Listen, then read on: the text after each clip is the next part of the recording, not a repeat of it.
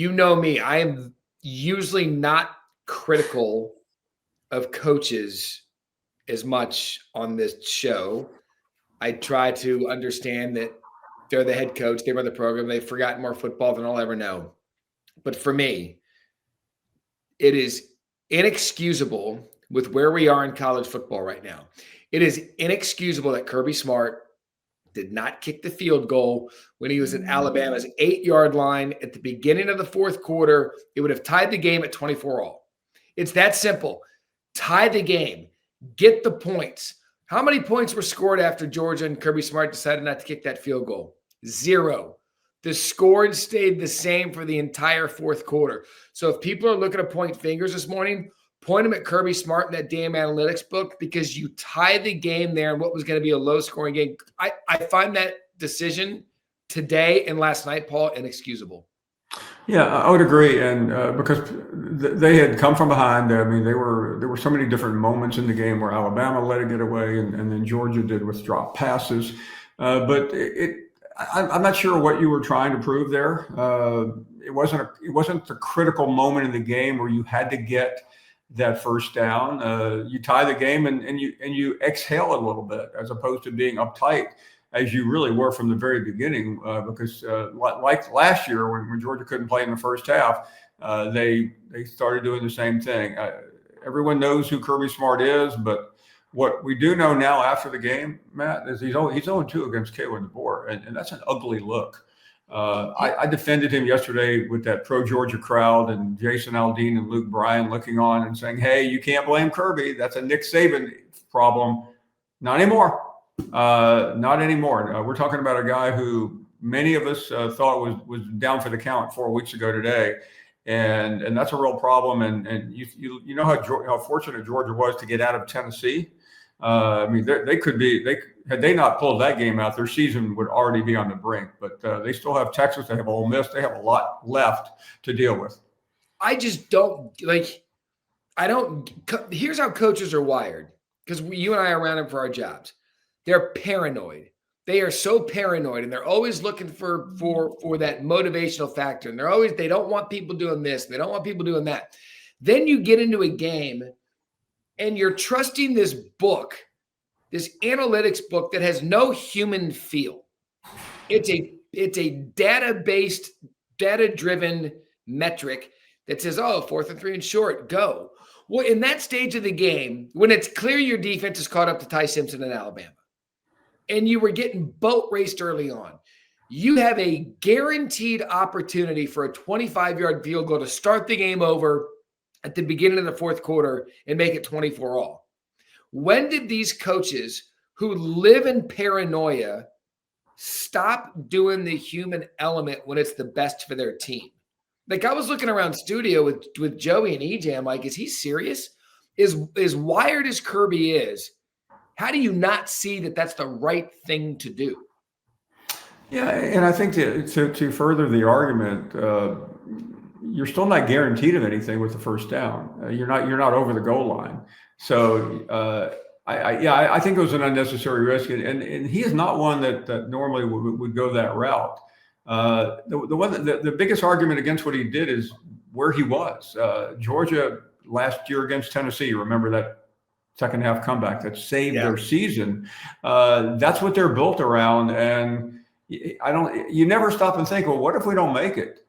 We just gave up the opportunity because I agree. I mean, I'm not, because of the weirdness of where it was in the game, it doesn't come down to it, but the fact that they never crossed the goalpost again or the goal line, confirms your argument. Yeah, it just made me grumpy yesterday and this morning. I'm grumpy on Sundays anyway because I get no sleep. But I don't.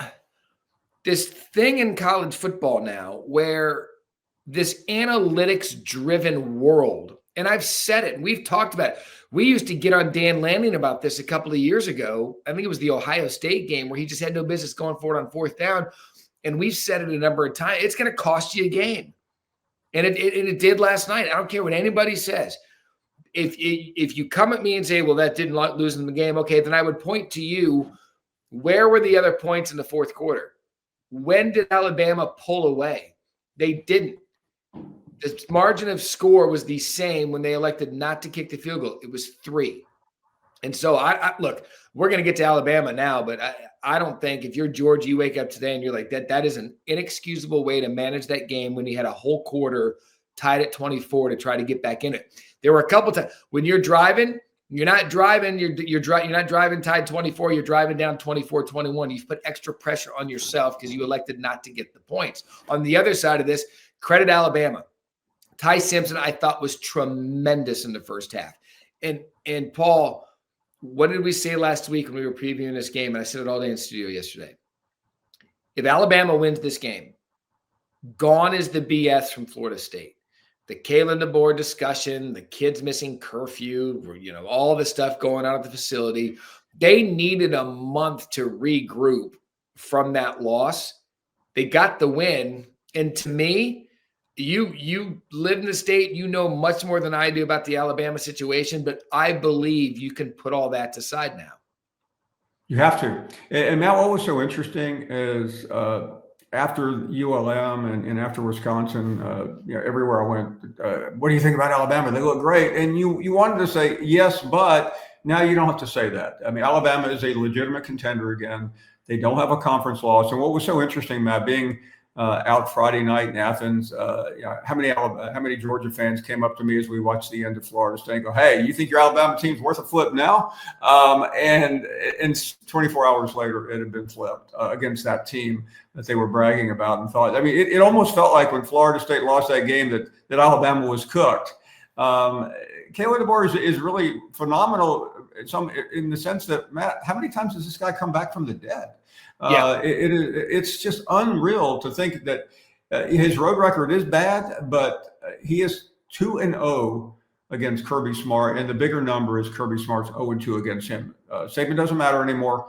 The schedule is still tricky, but I would say overall, Alabama to go into October with one loss, not bad.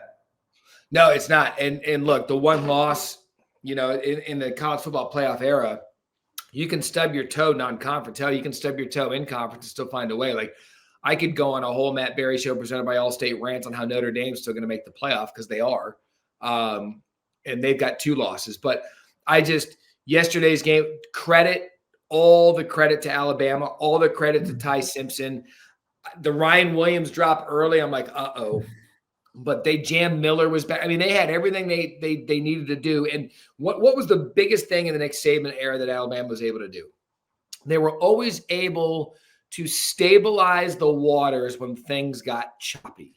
In the rare occasion they got choppy under Nick Saban, Kalen DeBoer was able to do that. Yeah. And I mean, I think about all the things I was told by insiders after the Florida State game. And Matt, they don't matter anymore, but the defense was terrible. They'll never be able to stop anybody. They looked really good last night. The offense is chaotic. None of that matters now. And it's sometimes you have to listen to what the wind is telling you. And the wind was telling us that Alabama had turned regardless of the competition, and they have.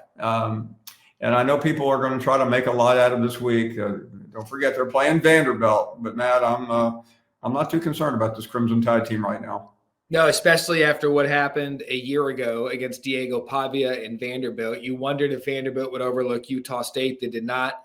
Pavia had a career day, earned him the coveted helmet sticker on College Football Final. There's no sneaking up on him this year. And I would agree with you. I think the Vanderbilt surprise attack from a year ago is probably not going to be hanging around when they play this week. You want this, you got that. No way, watch them walk right past.